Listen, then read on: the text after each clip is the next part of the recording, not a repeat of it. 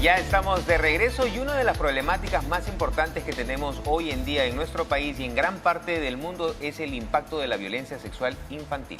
Es un tema difícil que a veces no queremos tocarlo, pero es necesario para justamente trabajar contra este terrible mal. Nos acompaña hoy un especialista, estamos hablando del doctor Rolando Pomalima, él es psiquiatra de niños y adolescentes y además es director ejecutivo del Instituto Nacional de Salud Mental Honorio Delgado Hideo Noguchi.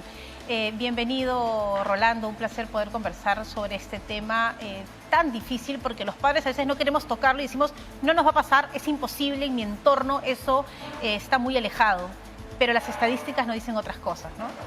Gracias, Fátima, gracias, Christopher, por la invitación, sobre todo en este día tan importante que celebramos el Día del Niño, y creo que tocar este tema es importante, ¿no? Porque lo que necesitamos es proteger a nuestras niñas y niños y adolescentes de esta problemática, esta plaga, tú mismo lo has dicho, esa prevalencia tan alta, y eso está inframedido, ¿no? Porque normalmente esto se llama el trauma oculto, porque las personas, para que puedan develar esta situación, muchas veces pasan meses, incluso años, para que puedan develar por esta situación de vergüenza, de miedo y temor, y sobre todo porque somos una sociedad pues poco empática, ¿no? Y no permitimos que nuestros niños puedan expresar lo que realmente sienten. Ahora, Ronaldo, ¿qué es lo que está pasando en nuestra sociedad? ¿Por qué estos índices, en vez de disminuir, aumentan? ¿Qué pasa en el cerebro de un abusador de menores? Mira, hay que verlo de un modo mucho más general, ¿no? Aquí hay una situación social, ¿no? Cómo nos formamos como personas. Si vivimos en ambientes de violencia, en ambientes de no respeto, en ambientes de corrupción, etcétera, etcétera, etcétera, definitivamente eso va a llegar a las familias y de la familia a los niños. Hablamos nosotros de relaciones vinculares, ¿no? Dentro del vínculo hablamos del apego. El apego es una situación donde los niños o nosotros mismos, cuando estamos en un alto nivel de estrés, solicitamos el apoyo de que alguien nos regule, ¿no? Y normalmente la sociedad lamentablemente no está creando apegos seguros, sino apegos inseguros o desorganizados. ¿Qué son estos? Son personas evitativas, personas ansiosas o personas con comportamientos bastante heterogéneos que no hacen que estos chicos tengan apegos seguros y los ponen en riesgo de tener esto, y los abusadores también vienen en estos ambientes, ¿no? Entonces yo creo que se debe esto a que, no es en el Perú, es a nivel mundial, que hay una situación de violencia generalizada, estructural, que no permite que hagamos vínculos afectivos adecuados con apegos seguros. Ahora, Rolando, ¿qué tan cierto es esta premisa, ¿no? Que el niño necesita del afecto y del contacto de sus padres y que cuando no hay, confunde, y eso lo sabe el abusador, y se siente bien con esta atención que le presta el abusador, con el contacto, porque siente que el cariño que necesita está siendo cubierto? ¿Es así? O sea, un niño que no es tocado, amado, querido, que se le dice que se le ama, ¿es una víctima más fácil? Claro, evidentemente, como te decía, el cerebro del niño se está formando. El cerebro inmaduro, ¿no? Que son 20% cuando nace, a los 5 años ha llegado al 85%, sigue siendo inmaduro hasta los 25 años más o menos, que llega a madurar totalmente. Entonces, si nuestras conductas no son de afecto, de apego, de cariño, son niños que van a sentir soledad, son niños que van a sentir deseos de tener a alguien cerca que los acoja y que los regule. Y ahí es donde, bien dices, se aprovechan estos individuos para aproximarse a los niños, y en general son familiares cercanos cuando son abusos sexuales. Cuando son violaciones, lamentablemente son más externos, ¿no? Pero los abusos sexuales, donde hay esta persuasión, ahí es donde aprovechan en la soledad del niño. Entonces, nosotros como padres, como sociedad, tenemos que dar este acompañamiento a nuestros hijos para que ellos se sientan protegidos en espacios seguros. Ahora, ¿qué secuelas deja en la salud mental de los niños este tipo de abusos? Mira, va desde lo menos grave hasta lo más grave, ¿no? Desde el principio, sensaciones de ansiedad, depresiones, problemas alimentarios están muy relacionados con esto, las anorexias, las bulimias, las autolesiones, las depresiones graves, incluso con ideas suicidas, ¿no? O sea, toda la psicopatología a la larga se presenta en estos niños de manera frecuente, ¿no? Porque estos niños, cuando no se sienten protegidos, cuando tienen alto nivel de ansiedad continuo, lo que van a hacer es intentar desconectar para no sufrir. Es lo que llamamos disociación. Y estos chicos desconectados con disociación tienen problemas serios de su personalidad. Cuando hablamos de trastornos de borderline de personalidad, niños que se autoagreden, niños que se quieren suicidar, ¿no? Entonces creo que la problemática o las consecuencias son bien graves si nosotros no atendemos desde un inicio. Por eso los manejos deben ser preventivos, promocionales primeramente. Por ejemplo, programas como estos, donde nosotros podamos hablar libremente, asesorar a los padres, deberían ser con mucha más frecuencia para que nuestros padres o nosotros mismos podamos sensibilizarnos y ver qué hacemos. Promover, prevenir, atender, diagnosticar tempranamente. Cuando más temprano diagnosticamos, definitivamente vamos a tener más armas para poder a este niño recuperarlo dentro de su propia salud mental, ¿no? Ahora, otro tema es también que cuando el niño a veces va donde la mamá a decir, me está pasando esto, me están tocando, la mamá dice, no, es la imaginación del niño.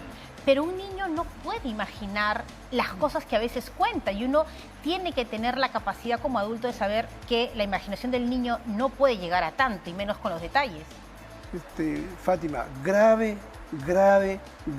error de un padre, una madre o un cuidador cuando un niño devela esta situación que es tan intensa para él, no creerle. Claro. Ahí está la gran diferencia de cuál va a ser un mejor manejo a la larga. Las familias, padres o cuidadores que creen desde un principio y le dan este acompañamiento o están a su lado, no van a tener consecuencias graves. Cuando no hay esta creencia, ¿no? El niño no se va a sentir creído por los padres, se va a sentir solo y entonces incluso cuando han develado, luego se van a arrepentir. Es el síndrome de la acomodación. A mí me van a... qué vergüenza, mis padres no me creen, entonces incluso muchas dicen, no, a mí no me han hecho nada. Entonces guarda esa situación. ¿Y cómo lo vive? Te decía esta situación grave de la disociación, ¿no? Entonces creo que los padres y todos estamos en la situación de creer a nuestros hijos cada vez que develen esto. Porque si no, van a haber consecuencias mucho más graves de las que estamos viendo. Y es muy importante lo que acaba de mencionar porque muchas veces no nos hacemos responsables de lo que les está pasando a nuestros hijos y muchas veces incluso me ha tocado tener que escuchar, es que él es así o ella es así, inventan estas historias y ahí es donde realmente le estamos haciendo daño a nuestros hijos. Christopher, lo tenemos que preguntar, ¿quién cría a los hijos? Exacto. Algunos padres me dicen, Exacto. Mi hijo es un mal criado. Digo, Es la palabra. Suavecito, mal criado. No se dan cuenta de lo que dicen. ¿Y quién cría a sus hijos? Exacto. Si somos nosotros. Entonces, lógicamente, por eso es importante lo que le digo, desarrollar apegos seguros, para evitar los apegos seguros y desorganizados. ¿Y cuál es la clave? La aproximación, la compañía, el amor, el creerlos, el jugar con ellos, estar con ellos. En ese sentido se crean espacios seguros y cuando un niño tiene un espacio seguro va a explorar porque se siente protegido. En cambio otros niños que si me acerco a mi mamá de repente me dicen no y si me alejo de repente me llama, entonces esta situación de incertidumbre es lo que crea a estos niños, esta desorganización. Claro. Y eso a la larga van a buscar pues ese afecto en otros lugares, niños pandilleros, niños con abuso, ¿no? van a ser mucho más fáciles que estos individuos van a ser vulnerables a las drogas también, pueden caer mucho a las drogas fácil. o a los cortes, que ahora las drogas son importantes, pero también la situación de los cortes, ¿no? Y es verdad, Rolando. Porque hay un sentido básico que es el sentido de pertenencia. Todos nosotros necesitamos ser pertenecientes a algo y el niño tiene que ser pertenecer a su casa, a su familia, a su colegio. Por eso todos los problemas de bullying hacen que estos chicos no se sientan pertenecientes y son víctimas justamente de estos acosadores. Claro, justamente me contaba un cuidador de la cárcel que en el pabellón de violadores, cuando uno lee los expedientes, en todos los expedientes han sido ellos abusados de niños sexualmente. No necesariamente, no necesariamente porque hay que computar los factores de condicionamiento biológicos, pero más importante, lo que bien dices, es el ambiente. Por eso se habla de epigenética, es la relación del gen con el ambiente, pesa más el ambiente. Y ahora, evidentemente si son chicos, Christopher, son personas que han abusado, cuando bien dices, hay que ver cuál es su historia. Es una historia no solamente de abuso, sino de maltrato continuo, de negligencia, físico, psicológico, porque el abuso sexual no se presenta solo, sino es una situación de un maltrato, y por eso algunos autores Y hablan que ha ido de un avanzando, ¿no? trauma oculto, por eso porque nadie quiere hablarlo. Ahora, Ronaldo, cuando hablamos del ambiente, para que la gente lo tenga un poco más claro, Ajá. hablamos del entorno familiar, del entorno amical, ¿cierto? Hablamos Claro. de las relaciones que tienen con la familia y de la poca presencia que pueden tener un padre basándonos en la justificación de tengo que trabajar, tengo que hacer, tengo que salir porque le tengo que dar a mi hijo la mejor educación y justificamos esa irresponsabilidad de no tener presencia con nuestros hijos ocultándolo en esta falsa necesidad. Claro, acá hay una palabra clave que poco a poco vamos a tener que ir hablando que se llama mentalización. Ujú. Mentalizar es que nosotros tenemos que ser empáticos con los estados mentales vuestros y míos.